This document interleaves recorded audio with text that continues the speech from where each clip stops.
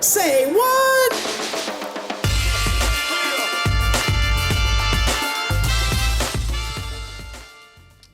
Hello and welcome back. It's time for Say What, where we hear from those connected to our industry about what's going on in the world of electrical apprenticeship. And this includes topics that you have suggested to us, so please keep those coming. I'm your host, Cindy Sandifer, and I'm joined by Todd Stafford, the Executive Director of the Electrical Training Alliance. Get ready, because today we are speaking with a few phenomenal women from our industry. We are excited to welcome Deborah, Karen, Letitia, and Tina. Welcome, ladies. We are so excited to have you here with us. And if you will, let's let everyone know who you are and where you are from. So Letitia, joining us in studio, will you start off? I would be happy to. I'm Letitia Fedora. I'm a member of Local 5 for 31 years. I'm an instructor at our JATC, and I currently run a program called What Works for Me that is available to the apprentices. Awesome. That's a podcast as well, correct? It is a podcast. Nice. We have a professional on set. All right, let's see. Karen. Hello, I am Karen King. I'm the training director in Tucson, Arizona. I am on my 15th year and loving it. Nice. And we are loving having you, Miss Tina. Hi, I am Tina Williams. I am the training director in Charlotte, North Carolina, and I am going on 8 years. Excellent.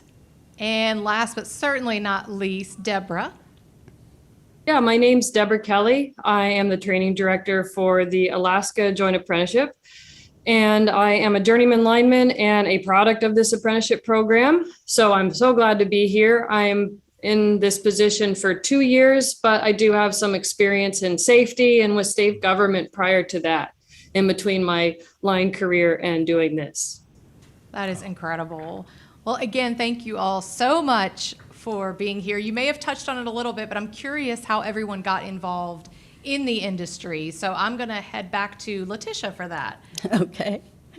I actually had an optical career before I joined the apprenticeship and realized that it was a female-dominated business, but there was no place for women really to advance because it was all run by men in the upper echelon. So I saw an ad in the newspaper for the apprenticeship, crazy enough, and kicked myself for a year for not applying. And the following year, watched for the ad, and when the ad came out, I applied, and I was 29, and the cutoff date was, I was 28, and the cutoff was 29. So it was my only chance to get in. Wow. And the rest is history. The rest is history. All right, Tina, how about you? I actually have a manufacturing background. I spent 20 plus years in heavy duty manufacturing. Started in human resources, worked my way up, worked out in the plant on the floor, went into materials management, then customer, and then eventually was running several plants at one time. One of an acquaintance that I knew that actually sat on the committee. They were in between training directors, and no one was watching the apprenticeship, if you will. No one was turning in or making sure the OJTs got entered or the sign-in sheet. So I volunteered to help them, to at least for the benefit of the apprentices, to make sure the information is kept up to date. And the opportunity came so that I could apply, and I applied. And after a 3-hour interview, because I didn't come from the industry, they offered me the job. And I've been here ever since and absolutely love it. So you are like the example of the person who volunteers information or asks, hey, what about this? And then they're like, okay, and you're hired. Then you That's get right. You're You're doing the data entry, you're hired. That's the best thing in the world. You take somebody off for a new idea. Okay, you're good. Yep. Make the new idea Yep. happen. It's good. I've learned not to speak when Todd is looking for new ideas. Deborah, how about you? I got in the industry out of high school, actually. I knew I wanted to get into a trade, and in Alaska, we've got this outreach organization that puts out a spreadsheet, basically, of all the different trades and their rates of pay. So I just looked through there, saw the one that looked the most interesting to me, and I took a high school CTE class in electricity. And then I applied for and was accepted into our telecommunications apprenticeship, which is a whole nother story. It's a very interesting apprenticeship. I thought I'd be doing indoor cabling and computer networking, and I did for a little while. But then they sent me out on a telecom line job where I was climbing poles and pulling wire and digging ditches. And I just fell in love with that aspect of the work and realized that, line work was open to me. So I reapplied and started over as a line apprentice. That is so great. Like, I love the way your story plays out. Are you originally from Alaska? Yeah, born and raised. Born and raised. Nice. And we decided that we're going to come visit, right? We're going to do a podcast from Alaska. July. This is just me trying to get there. So I'm, July, yeah. just trying to work this in. Oh my gosh. Karen. Come on up. Well, my story is a little different. I started out working at the school district, started out substitute teaching, and my degree's in business, human resources. So got a job in human resources. I worked for the superintendent, did a lot of staff development, and just met some people in the industry, and they were desperately looking for a training director. And so they sent me this list of qualifications. There must have been 60 of them, starting from answering the phone to everything you could think of, down to running a program. So I thought, I kind of have all those that you've listed. So I applied. I really didn't know a lot about apprenticeship. In school districts, everything's college. They push for college or the military. They don't really push for apprenticeship programs. So I was given an inside agreement to kind of figure out what the program was all about. And I was like, oh my God, I had to read the section on apprenticeship. So I went in for the interview, and I interviewed, with the whole committee, which, as you know, is pretty intimidating. Yeah. Walk in the room and there's 8 people. And before that, I thought, I don't really know a lot about the program, so I'm going to go on the NJTC website and I'm going to make a brochure. So I had one of the young teachers, I asked him if I could take a picture of him. He put a hard hat on and he was holding one of the meters, and I put him on the front of my brochure. And when they said, what do you know about the program? I passed out my brochure, and on the bottom of it, I had Karen King, training director. So then pretty much I think I got the job on the brochure. Yeah. It's just, and honestly, when I got the job, the program was pretty broken. They were trying to split. The NECA director was also the training director, so he did both. They were trying to grow, and it was really conflicted with the committee trying to separate. And so I came in really kind of as a neutral party. I wasn't IBW, I was not NECA. So I think I was a good balance for them coming in and just trying to get the job done instead of having anyone. I knew no one. Mm-hmm. So I was so neutral, and it worked for both sides. And it was a little difficult in the beginning, but the more I kind of straightened things out and organized things, I just gained respect on both sides. So that's where I came from. I came from education and business, which really the two of them is really what this position, as you guys know, is both. Yep. And I was wondering, Karen, out of the 60 things on that list that you were supposed to be able to know how to do, how many of them did you actually use, and how many new ones have you added since then? Exactly. And now they're all a little more combined. It's not like answering the phone, filing. It's all it was administrative. Unbelievable. Administrative, right. Put it all Yes. there. Exactly. They put everything that you could possibly do on the I'm just anxious for the list. Exactly. I've never seen the list for the training director. I'm just kind of curious about that. I've never seen I'm one. going to send Pretty it to good. you. You can do that. We'll make you one. Exactly. It's so, I enjoy listening to all of your stories because it's different backgrounds, different situations, and yet these strong female leads in our industry. And I think that's such an important piece to who we are, is knowing that we don't all have to come from the same experience to come in, fall in love with the industry, and make such a outstanding difference. So best, what do you like best? what is I guess your most enjoyable experience in the industry? Let's see. I feel like I'm drawing names from a hat. I'm coming to you, Tina. You I think what I like the most is the day-to-day challenge, just simply by not coming from the industry, building those partnerships not only with the instructors, but with my peers, with my contractors, with our local union, developing all those relationships to make the program better. I think that that's probably my favorite part of the program or favorite part of the position, and constantly learning. Yes, there's some day-to-day stuff. The same thing happens every day, but I'm learning something new, keeping an open mind, that I may not be the all that knows it all kind of thing. It's nice that a lot of my local, especially out of the Carolinas and Virginia's 10th district, maybe I get calls from the training directors that says, hey, how would you handle this?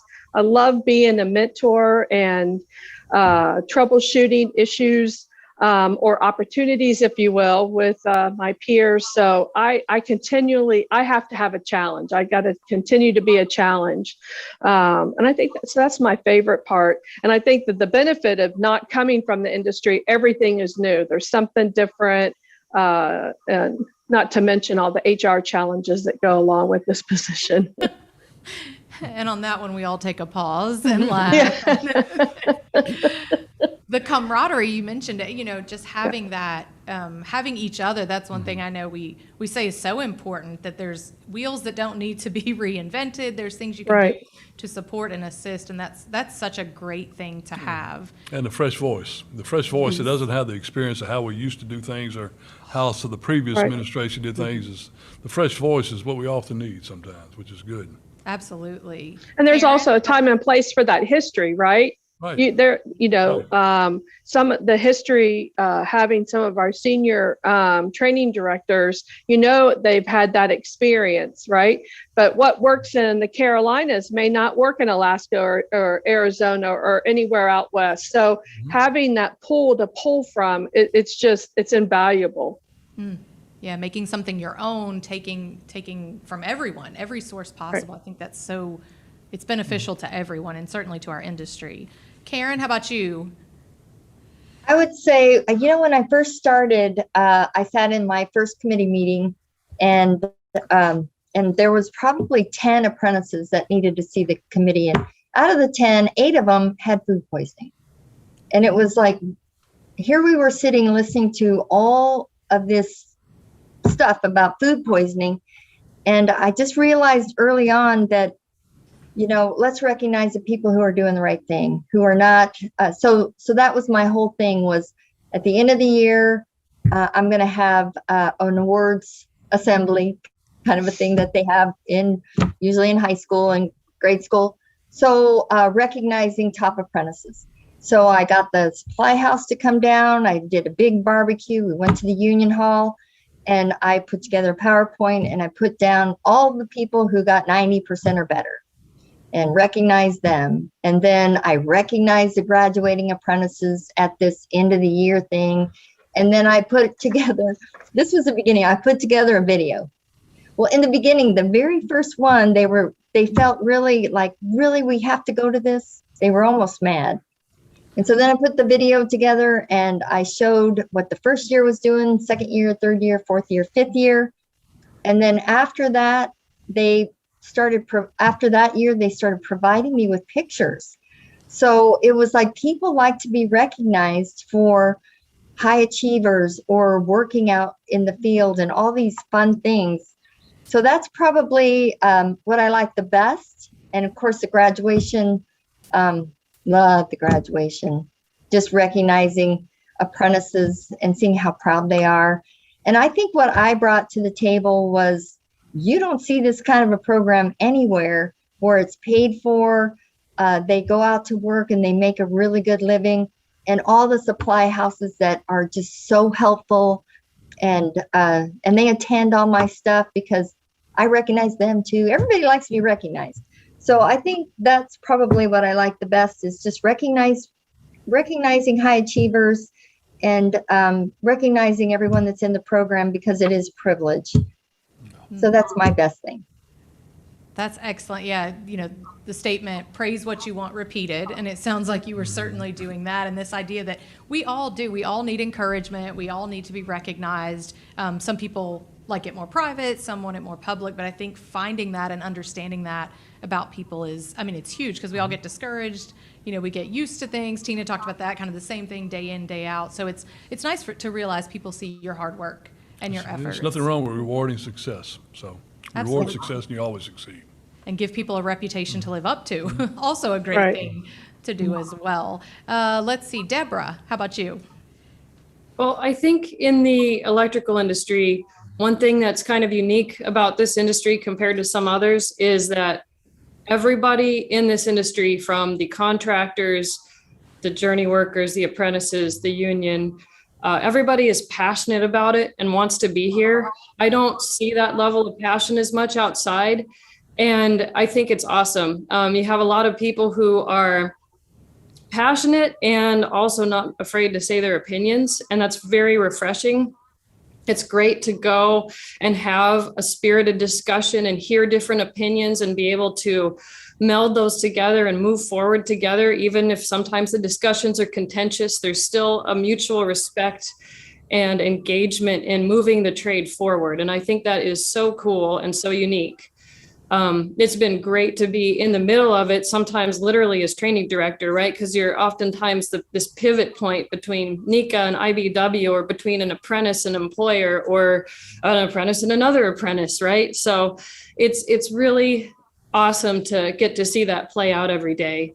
That and being there for these formative moments in people's lives, knowing that you're influencing them, that you're there with them when they come into this new career, as they learn, as they face challenges, as they, sometimes fall short, get back up again and learn to succeed. It's really a privilege to be there with all these apprentices as they go through that. Being a part of someone's journey, I think it's so incredible. Yeah. And I know you all see it just the way, whether as an instructor or as a training director, just to see how people evolve and how they change and they grow. And you watch the person that may have struggled so much in the beginning, now they're helping someone else at the end, or they had, they were doing excellent on the job. And when they graduate, they've got all these things in store for them, and you've watched them grow. And I think that's rewarding for sure. Even the tough stuff, as Deborah talked about, you learn so much about yourself and about the industry, and the love people have for it. I agree, man. It's passionate. It's nice to see that. It's exciting to watch somebody grow as you describe, but also from a selfish point of view, we can identify the future instructors and training directors we need as well. So it's Yeah. good place to look. Absolutely. Well, the other thing is you need those opportunities because there are so many. We have a handful of them here that are not grateful, right? They have that entitlement. So they're a handful, right? So it's nice to recognize the other 90% that really appreciate where they are and what opportunity they have. So good point, Deborah. Mm-hmm. For sure. Letitia, how about you? I love the change, and it's really change covers a lot of things. Change, when I started, I was a single parent, so my children benefit from me going into a career that provided me with good resources, a living wage, and good work.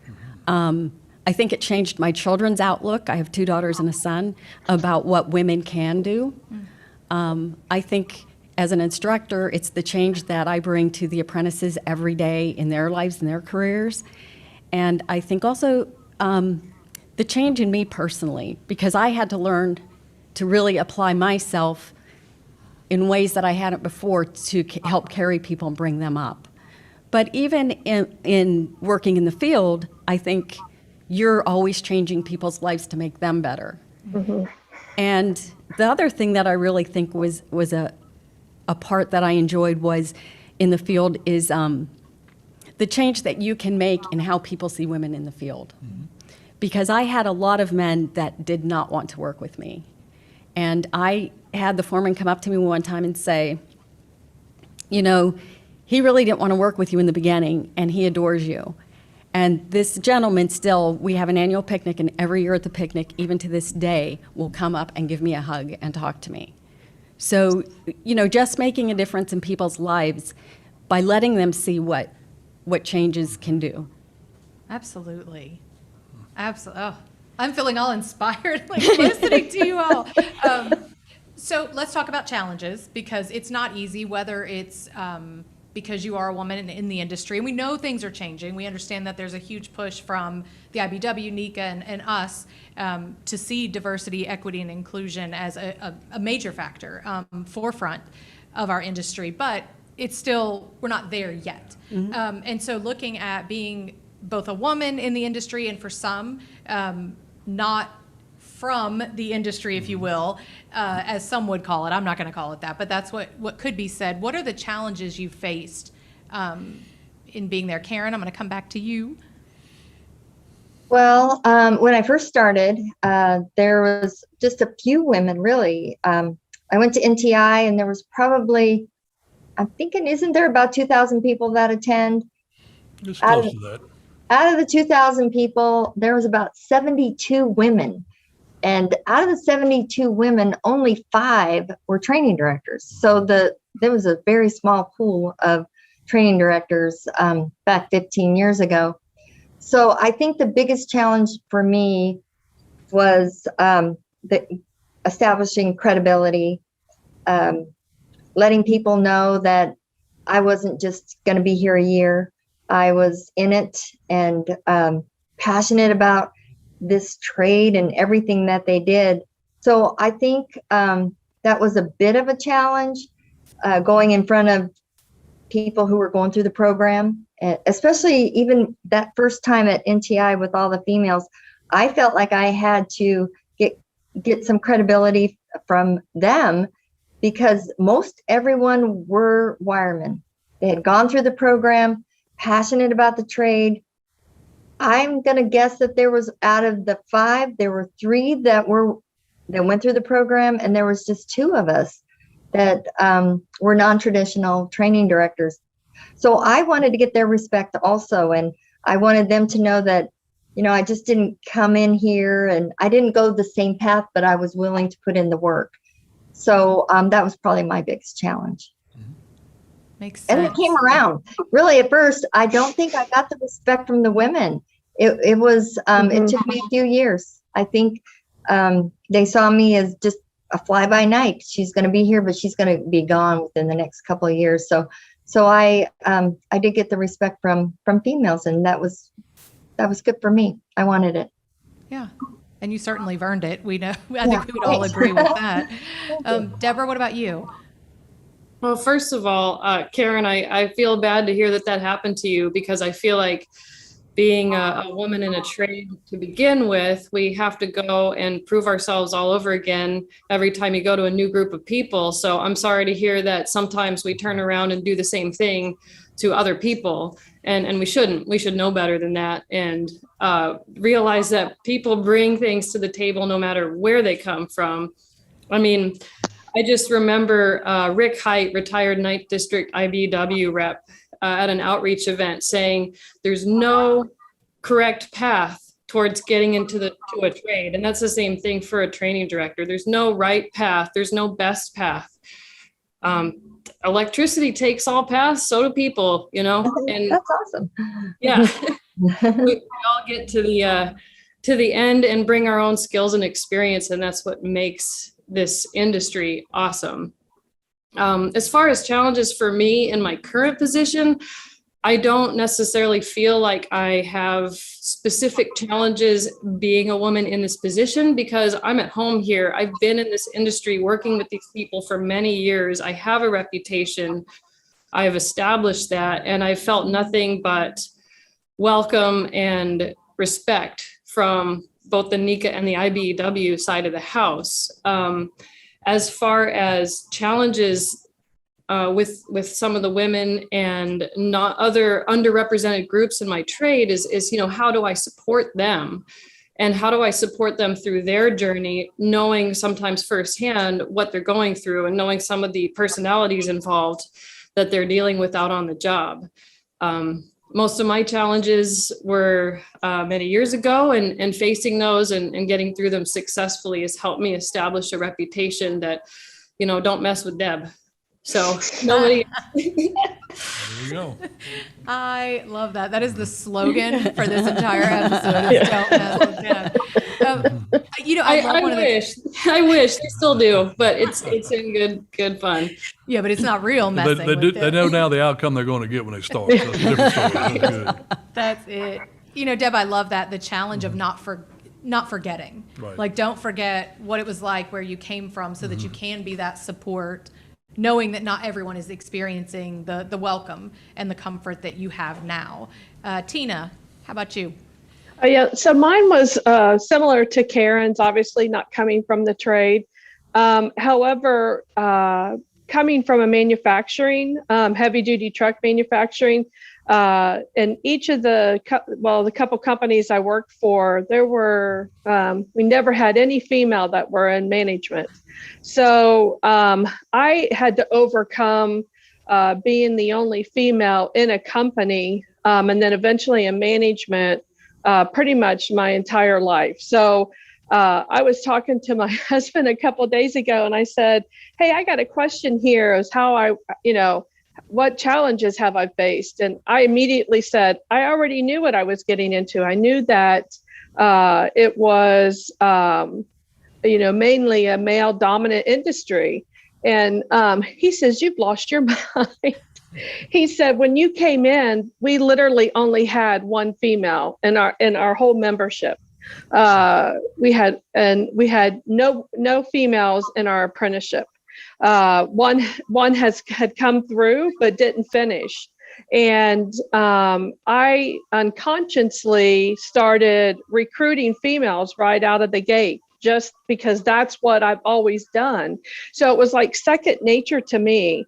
So my challenge has been more because I didn't come from the industry, and everybody around me, my instructors, my committee, everybody came from the industry. And to Karen's point, we had to sit through a 3-hour interview and present a PowerPoint or a project. They give you a project and you had to do, and how would you do this? Mine was, if you remember, Todd, it was implementing craft certification, and I had to bring, it was a 5-year program at the time, and they said, "How are you going to bring all years current by the end of the year?" So I started in May, and I had to bring all the apprentices current in craft certification, within 7 months. So the challenge has been earning the right to be heard, because I didn't come from the industry, and using my business degree and my management experience to grow the program.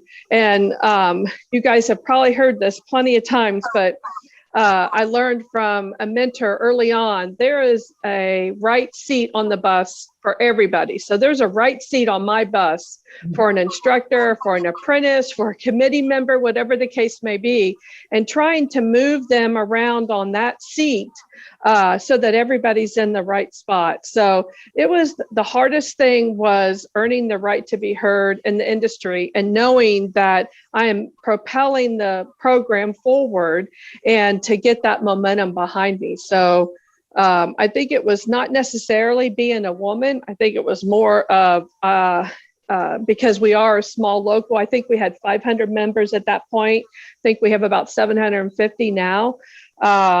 I think it was more of trying to get the buy-in that what I'm doing is really good here, and I'm doing it for the benefit of the apprenticeship and the industry, and helping our membership and our contractors. I didn't have an ulterior motive or an alternative agenda coming into this position.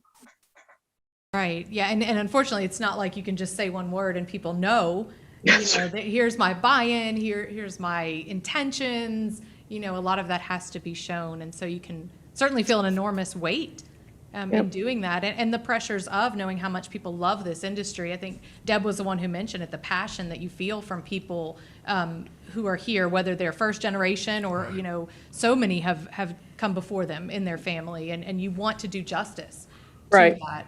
And the passion for the industry is key, because we often enough understand that people don't know what apprenticeship is outside of our industry or the building trades in general.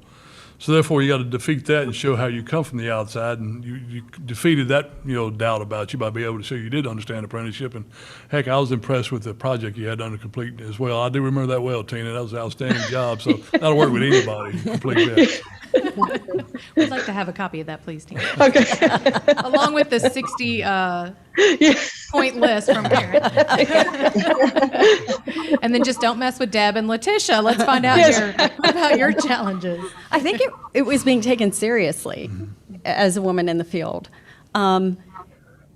It's funny because I think men, just by how they have always worked, don't always believe that a woman has a better idea, whether it's on the job, whether it's in the classroom, whether it's, I stayed very involved in my local. I was at every union meeting for years, and using my voice, I was like, you really need to bring a woman into an office in the local.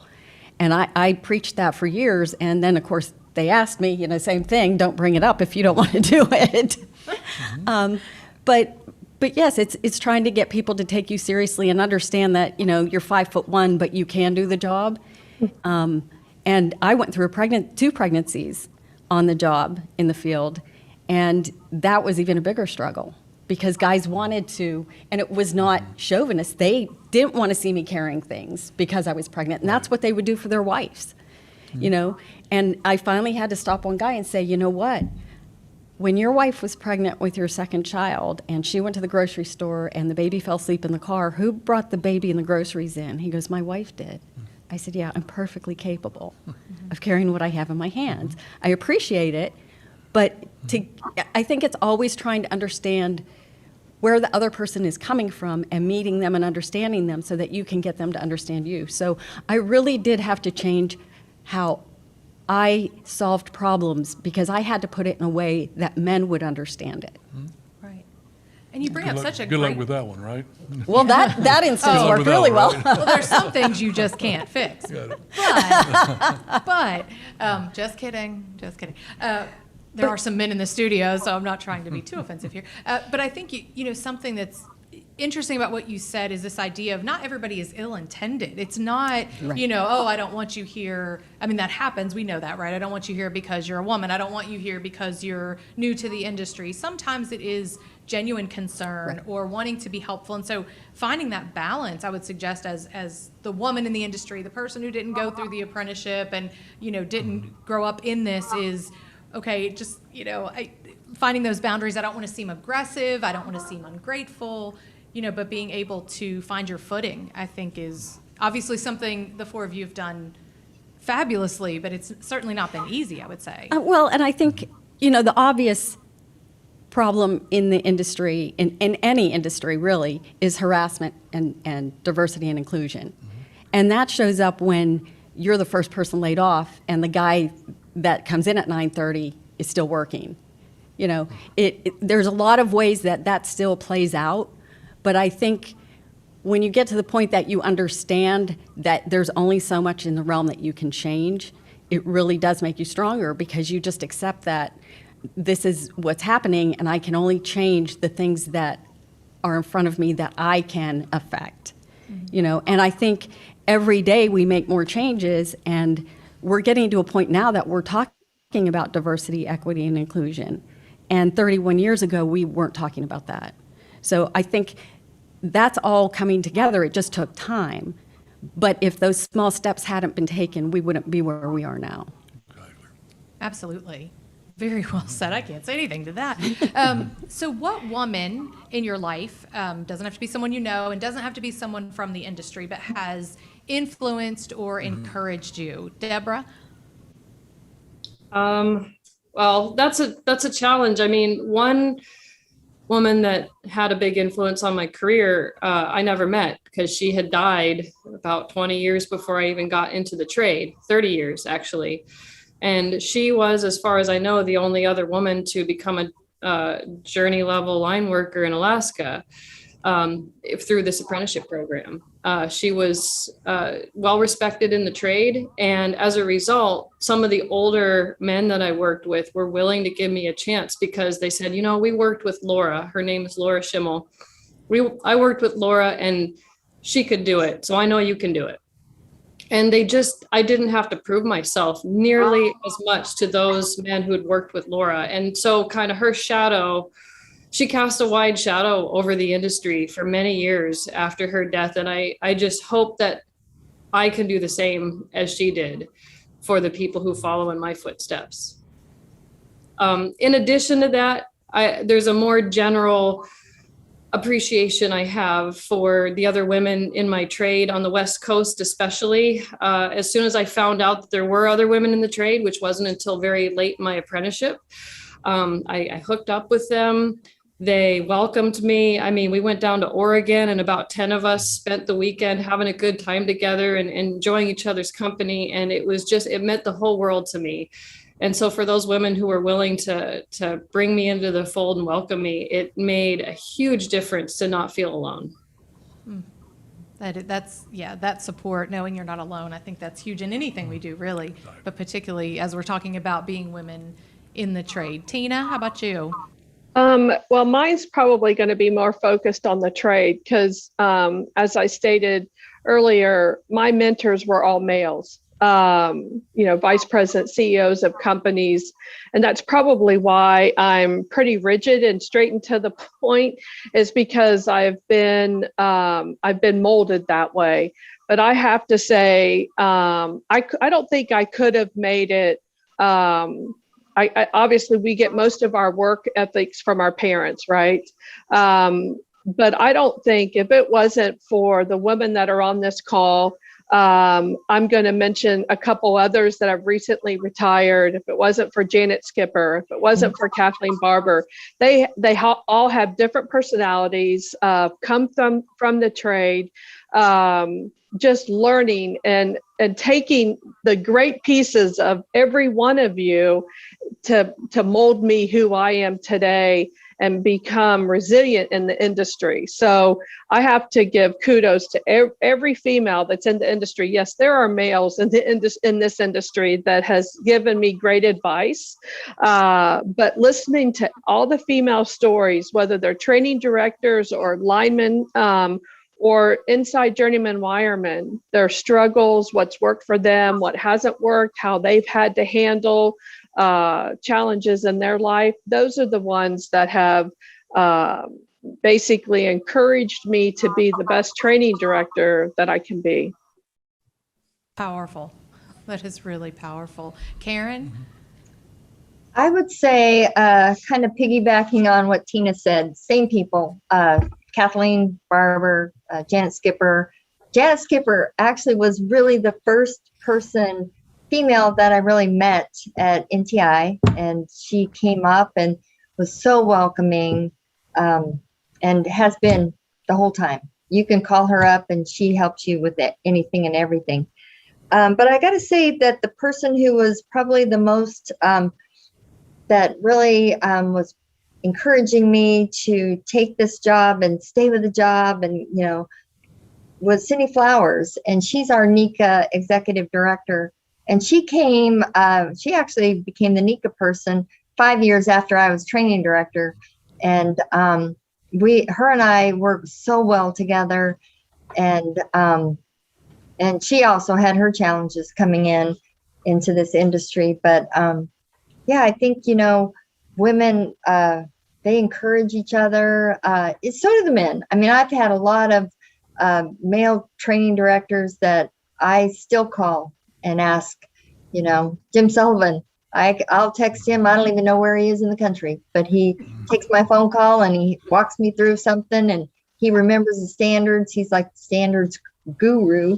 So there's, I would say both sides, but a lot of really encouraging females, and probably Janet Skipper's number one. But Tina, I'm always, she's the same way. She just got back from a cruise, and she answered my text messages about the EVITP. So I think there's a lot of very supportive people out there.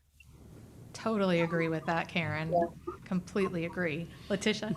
So in the field, in my local, we did not have a lot of women when I got into the trade, but I would have to say that the woman that influenced me was 6 years old at the time, because it was my daughter, and as a single mother, I really had a lot of responsibility with her, but she was going into first grade when I started my apprenticeship.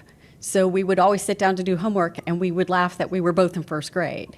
And so that went on for 5 years, and it was always just inspiring to sit with her and do homework and know that we were both working to get better at what we needed to get better at. So, and she's an amazing person. I love her to death. She's homeschooling her kids now, and I really do give her the credit for helping me through the apprenticeship. And you bring up such an important point that, inspiration doesn't always have to be from someone older than us, more experienced than us. Sometimes, we shouldn't always just be looking in that direction, that there's people all around us, certainly those younger, less experienced, that can drive us and teach us so much. So we've mentioned paving the way and those things that we can do to cast shadows. Deb talked about what we can do and say to the women that are yet to come in the industry or just now coming in. So what would you say, each of you, to encourage a woman that is considering coming into our industry? Karen? I would say don't be afraid. What a wonderful career it is, whether you're in the apprenticeship program or you become training director, that this industry needs women, and women are really good at organizing and making phone calls and not afraid to talk to people. And I think the more females that we can get into this industry, it's just going to balance everything out, and it's just going to be great. I would say don't be afraid. Don't be afraid. I like it. Tina? Always be open to learning something new. Stand strong to your conviction. Understand, I guess, know your audience. Make sure you understand everybody that's in the room.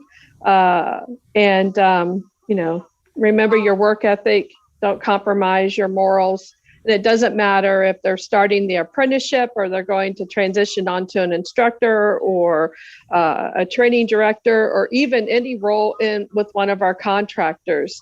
Not take it personally, and hold your audience accountable. Absolutely. Deb? Well, I struggle with this sometimes because I think Letitia touched on it earlier, some of the challenges that women face in the trade with the harassment and even the benevolent discrimination that holds them back from learning their trade. And so when I go and do outreach, I'm challenged to be honest and also encouraging. And so, when I talk to women, I say, you're looking at getting the best job in the world, whether you come into our inside wireman, telecommunications, or line apprenticeship. These are the best jobs in the world. They're so much fun and so satisfying, but you have to be the kind of person that enjoys a challenge, that looks forward to it. You've got that fire that never goes out, and give them hell.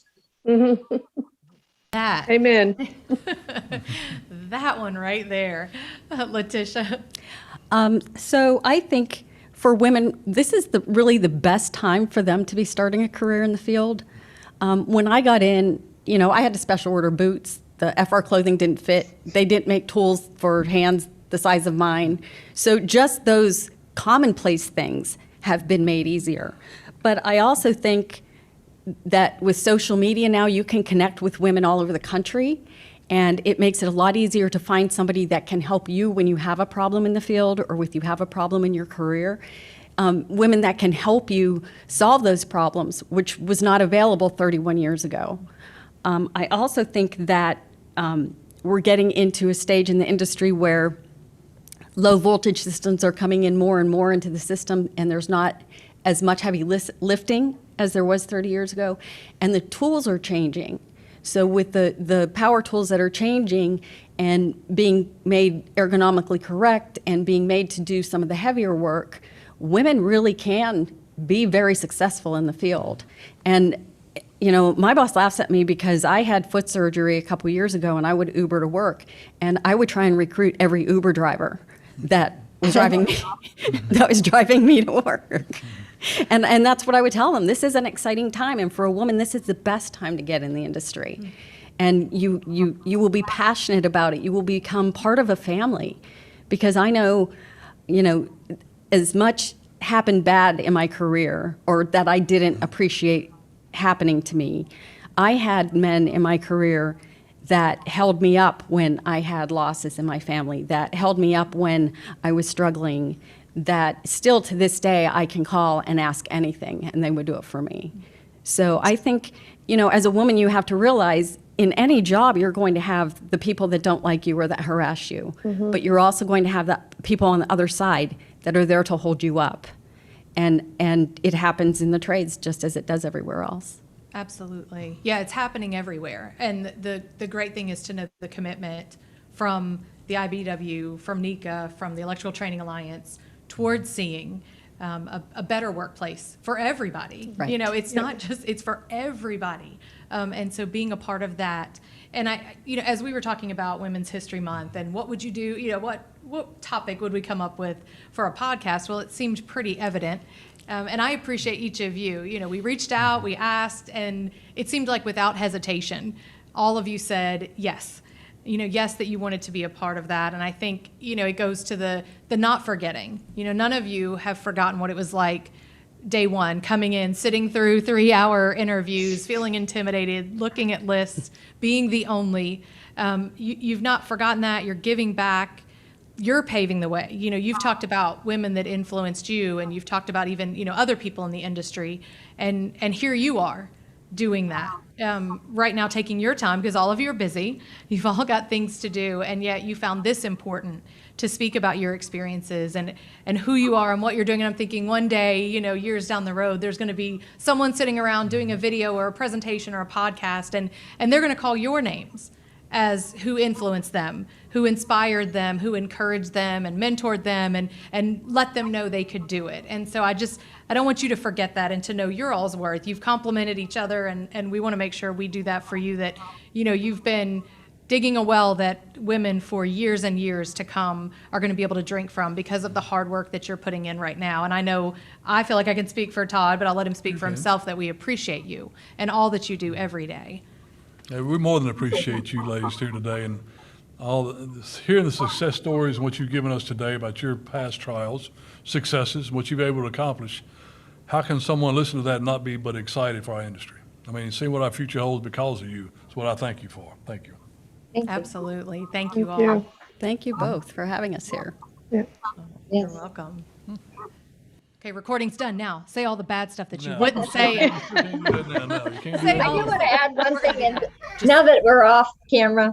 So when I interviewed, speaking of sexual harassment, they said, what would you do about harassment? And I said, sexual harassment? And the business manager says, we don't have any of that here. Oh, okay. Because you're the first female. Yeah, we don't have any. My training director came in at our first class, in our first year class, and said that he wanted to teach sexual harassment. And I said, don't worry, they already know how. He did not find it amusing. Yeah. That is funny. I think, he didn't think so.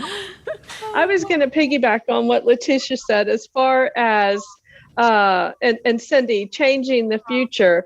I mean, I know that we, hopefully we're making it better for everybody in the program. I know that having females on the job site is making everybody sensitive, right? But by doing this, the inclusion and the diversity awareness, it's making a better workplace for everyone. Exactly. We are graduating top-notch apprentices to be leaders in the field. And we don't want, you know, yes, it's a construction job, but that doesn't mean we can wear crude stuff on our shirts and talk bad language and say dirty jokes, be total unprofessional.